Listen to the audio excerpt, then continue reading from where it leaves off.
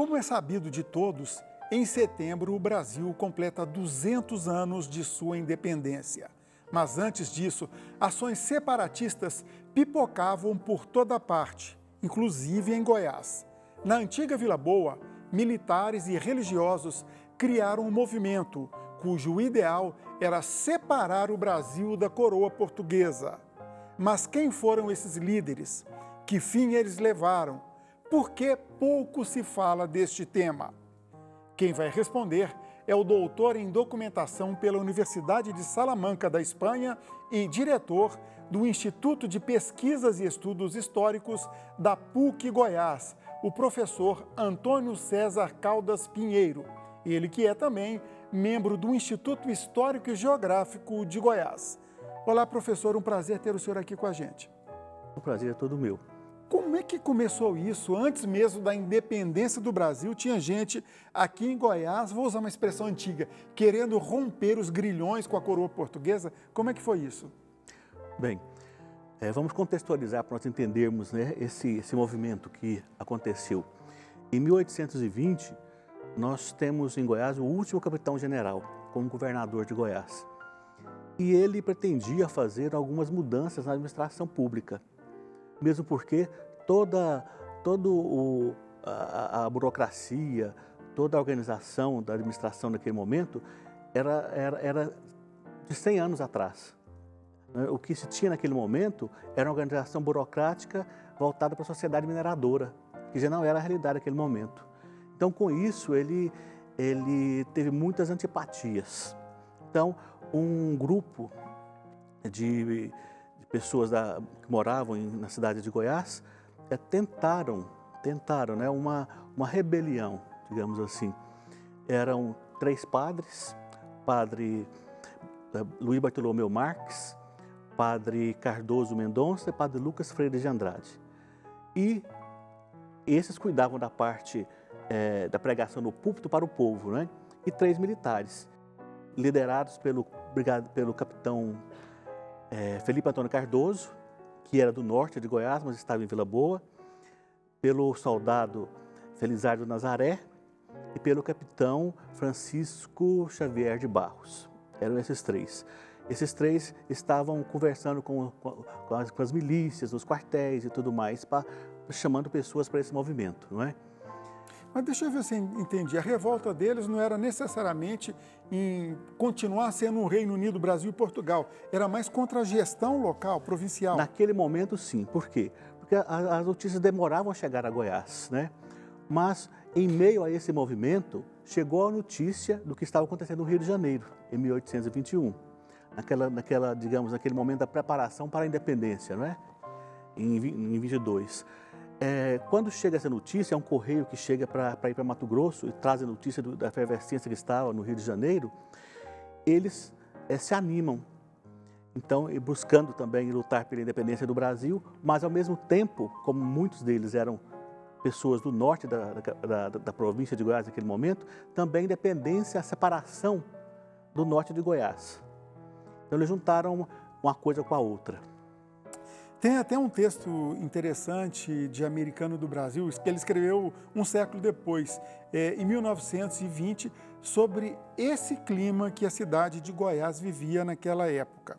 Já por este tempo, 1821, os ecos das transformações políticas que se operavam no litoral, devido à Revolução Liberal do Porto, chegavam a Goiás, trazidas pelos jornais incendiários e patrióticos da corte, que pregavam já as primeiras ideias de independência.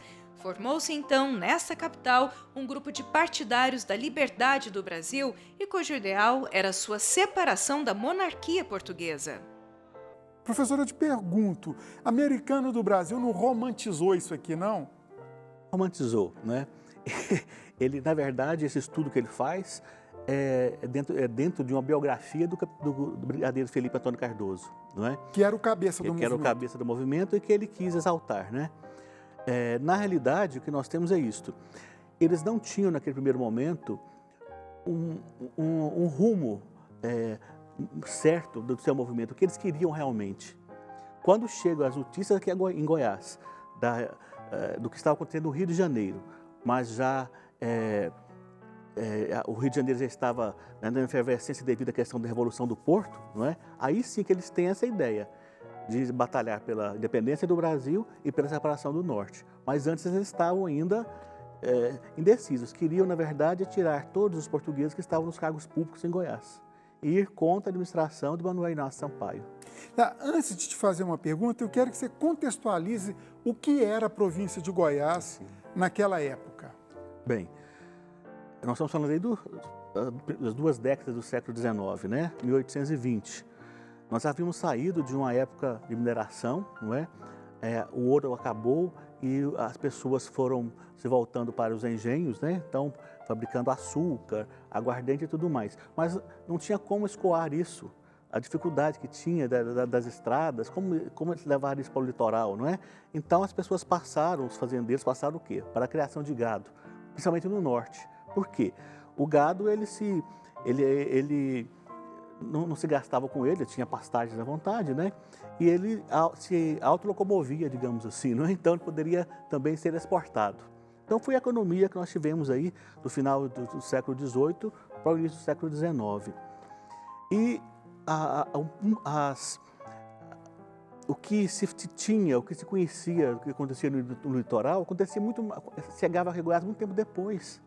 Porque a distância era muito grande, não é? Podia levar mais de mês para chegar uma notícia. Bem mais de mês, não é? Então, quando chegava a notícia aqui, as coisas já tinham mudado lá. Então, o que aconteceu aqui em Goiás, na verdade, nessa época do movimento, foi isso. Aconteceu no Rio de Janeiro, o movimento pela independência já estava crescendo, né? Mas 2, 3 meses depois é que chega a Goiás, quando um correio vem para Mato Grosso. E passa aqui e dá a notícia. Era de passagem apenas. De passagem. Agora, estrada de ferro, a gente sabe, só chegou Sim. aqui no começo do século XX, as comunicações eram complicadas. Qual que era a população de Goiás? Qual que era o peso do PIB, vamos dizer assim, no Brasil para a época?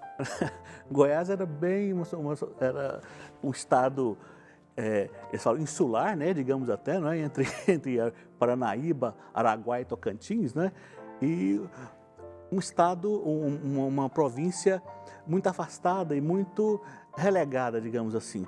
Até porque os governantes vinham de fora, não é? Então não tínhamos governantes aqui da província de Goiás mesmo, não é? Então o que acontecia? Tudo que chegava para Goiás era de interesse da metrópole portuguesa. Até porque Goiás, como uma das O primeiro três... interesse, inclusive, era no ouro Sim. e nas pedras. Né? É uma das 3 capitanias do ouro, né? Mato Grosso, Minas e Goiás, né? Então nós tínhamos nosso governador era capitão-general, era militar. E, como eu disse, o Manuel Inácio Sampaio, de 1820, foi o último, não é? Tentaram ressuscitar um pouco a mineração com a descoberta de Anicuns, mas logo também o ouro se esgotou, né? Então, é por isso que Manuel Inácio Sampaio teve uma visão administrativa interessante. Ele precisava mudar todo aquele arcabouço administrativo que era voltado para a época da mineração. Mas isso também assustou os goianos da época, que estavam acostumados, né, a um século com aquela mesma forma de ser administrados. Eu vou usar uma frase de efeito aqui. Uma gestão inovadora incomodou a elite arcaica da época. Pode-se dizer isso? Sim. Essa gestão inovadora incomodou e, ao mesmo tempo, como os portugueses estavam nos principais cargos públicos, isso também incomodava muito mais. Então, eles juntaram uma coisa à outra, não é? Agora, naquela época, Tocantins fazia parte de Goiás, então o nosso território era muito maior. E parece-me que a nossa população era na casa de 50 mil... 50 mil habitantes, sendo 30 mil brancos, né? E 20 mil escravos. Perfeito. E não era muita loucura, ousadia dessas pessoas tentar fazer um movimento de independência aqui nesse pedaço insular, como você falou? No início, esse movimento não pensava na independência de Portugal, não é? Ao primeiro momento, eles pensaram na separação do norte, porque o cabeça do movimento era do norte. Ele nasceu em Cavalcante. E tinha o Brigadeiro, o Brigadeiro, né? Felipe Antônio Cardoso. Tinha muitas fazendas em Arraias, tinha a fazenda Sumidouro, que era uma fazenda enorme de criação de gado. E existia também lá, lá por 1804, 1805, havia já criado também a comarca do norte. Então, nós tínhamos 2 comarcas, a comarca do sul, capital em Goiás, a comarca do norte, capital em Palma. Uma cidade que foi criada para isso. Nada a ver com Palmas. Não, tem nada a ver com... Palmas, hoje, o nome se refere em homenagem a essa palma. foi criada pelo desembargador Teotônio Segurado, que era um português. Esse Teotônio Segurado, ele buscou também a separação do norte de Goiás, mas ele queria que o norte ficasse ligado aos movimentos da Bahia, ou seja, que não se separasse de Portugal. Iria se criar uma província no norte de Goiás, mas ela estaria ligada a Portugal. Assim, seria apenas uma remodelagem da coroa portuguesa por aqui. Já os outros, Felipe Antônio Cardoso, os outros padres, eles queriam separar o norte de Goiás, mas que houvesse a independência do Brasil, de Portugal. Perfeito. A intentona tinha até data exata para acontecer. O que se sucedeu que não deu em nada? Tinha data e hora, né? Era dia 14 de agosto, às 9 horas da noite, né? Nesse horário, eles iriam depor o governador, Manuel Inácio Sampaio, né? E iriam ocupar os principais cargos, postos ali na capital goiana, não é? Mas uma mulher, né? Ela denunciou essa conspiração, digamos assim, não é? E o movimento, então, foi por água abaixo, né? O Felipe Antônio Cardoso foi desterrado para o norte, para Arraias. O Lucas Freire de Andrade conseguiu fugir, né? O padre Bartolomeu Marques também, ele não foi preso, conseguiu sair da cidade de Goiás também, e outros foram cada qual para um canto separado. Quer dizer, eles tiveram, né? um destino melhor do que a Conjuração Mineira. Sim, sem dúvida, sem dúvida. O Felipe pode até dizer que ele caiu para cima. Olha, ele foi para a fazenda dele, não é? E como o movimento independencista, né, do Brasil estava crescendo, não é? Ele estava lá na sua terra, perto das pessoas que queriam a separação do norte, então foi uma mancheia para ele, né? Ali ele começou já a conversar com as pessoas e criar mais um movimento, até que Teotônio Segurado também entra no movimento, né? Ele dá força ao movimento, digamos assim, era a principal figura do norte de Goiás naquela época, o desembargador, não é? Ele tenta, então, criar o governo ali. Então, ele cria o governo separatista, com a capital em Palma.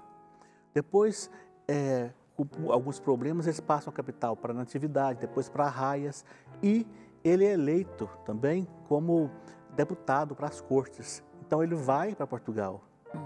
Quando ele vai para Portugal, o movimento, então, tomou outro rumo. Aí o brigadeiro Felipe Antônio Cardoso realmente encabeça o movimento, não é?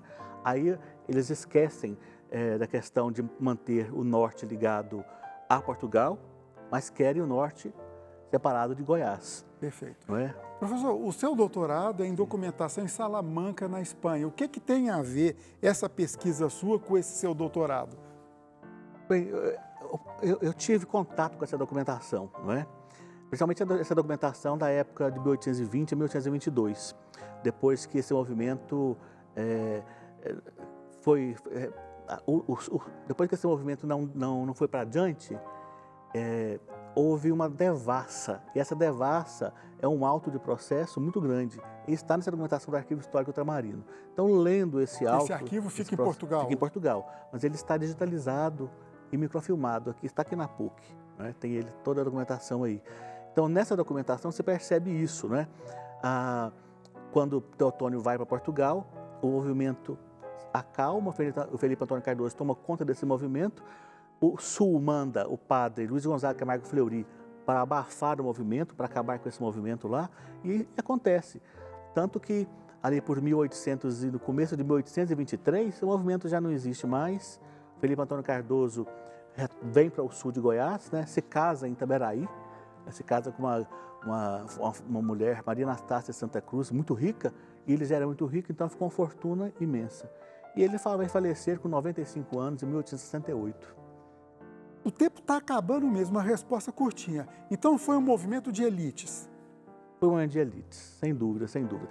E eles não tinham muita noção da questão ligada à ideologia liberal, digamos assim. Eles não sabiam, eles queriam... Escravagistas? Não, escravagistas, sim, eram fazendeiros, os maiores fazendeiros que se tinha aqui no norte, pelo menos, era o Fernando Antônio Cardoso.